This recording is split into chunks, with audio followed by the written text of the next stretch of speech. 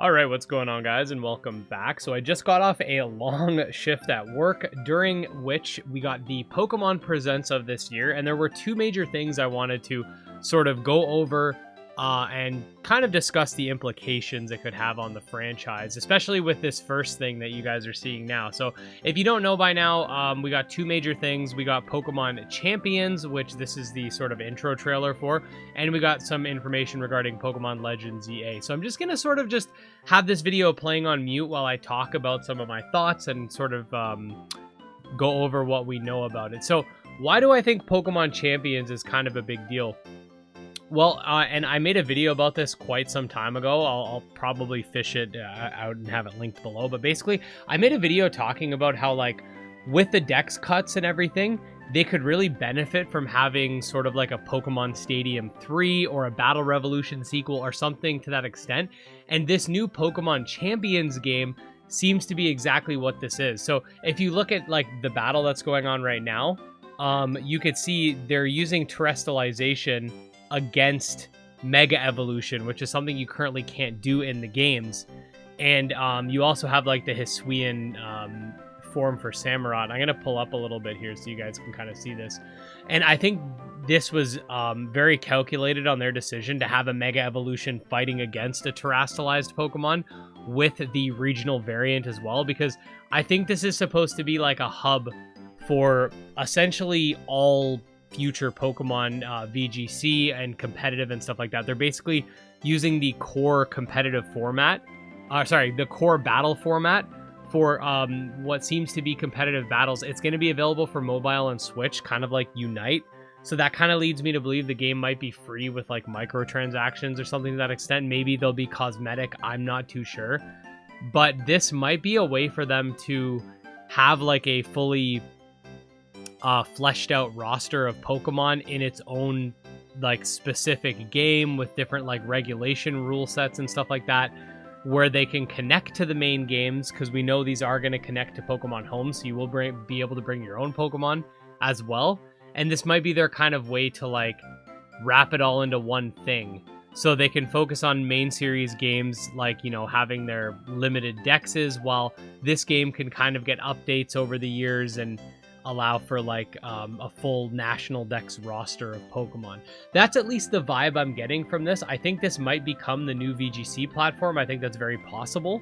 We'll have to wait and see. But again, I definitely think this will have major implications if that's the case. It can really sort of, like, switch up how they go about making main series games if they're going to now bring VGC to this. It hasn't been confirmed yet. We don't have a release date or anything, but I do think that Pokemon Champions has a lot of potential.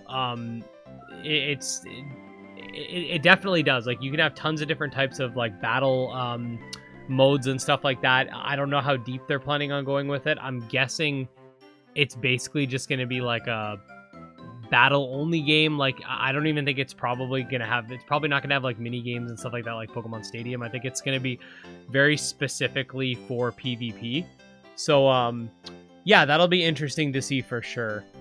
Now let's go forward to Legends ZA, which we've been waiting for quite some time. So with regards to Legends ZA, we learned a couple of things that were pretty interesting. Number one, the game does not take place in the past. It seems to take place in the future. Later on in this video, you're going to see AZ with his Floette, which is, you know, something that happens at the end of X and Y. So we know that this is going to be a game that takes place after that point. How far into the future? I don't think it's going to be much further. In fact, this might take place like 10 years into the future, kind of like how, you know, it's been 10, 11 years since X and Y came out. So we do have confirmation yet again. The whole game does take place within Lumio City. Lumio City will have these, like, kind of wild zones and stuff like that.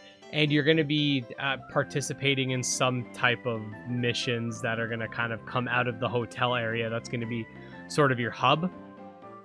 And yeah, I think a lot of people just assumed that every Legends game needs to take place in the past just because Arceus did. But if you guys remember, I made a video quite some time ago where I kind of went over my thoughts of what, like, a Pokemon Legends Mewtwo and Mew would be like.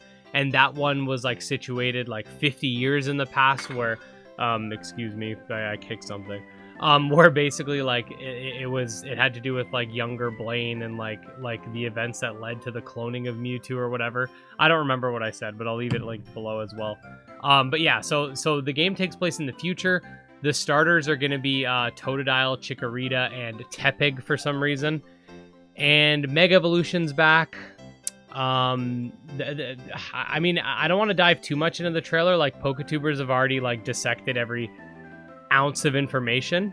But, yeah, Tepig's back. Or, sorry, Tepig's one of the starters for whatever reason. Mega Evolution's back. We can assume that every native Kalos Pokemon's probably going to make their way into the game. And other than that, like, we haven't got any confirmation on any new Mega Evolutions yet. We've only seen ones from the past. Oh, and the combat system. So this is I'm in general pretty excited for this game. Like, I really enjoyed Arceus. I'm not 100% sure how I feel about the combat system. I don't have anything inherently against real-time combat. I like Pokemon's turn-based system, if I'm being honest. Wasn't a big fan of the Swift and Strong styles present within Legends. I'm not sure about this real-time combat system just yet. I'll have to definitely like mess around with it in game. I don't think it's gonna like ruin the game or anything like that, but you know, depending on how it plays is gonna depend on how much, you know, I enjoy that. And I think it's the same for a lot of people. Like, real-time combat seems interesting on paper, but like depending on how it controls is definitely gonna depend on whether or not it's enjoyable. But yeah, that's pretty much the information we got. Again, I just got off a long shift, so I'm kind of just putting this video together as soon as I possibly can. And yeah, I don't know. I'm looking forward to Legends EA, and I think that Pokemon Champions could be pretty cool too. So yeah, let me know what you guys think down below in the comment section. And if you did enjoy the video, make sure to like, subscribe, all that fun stuff, and we'll see you next time. Peace.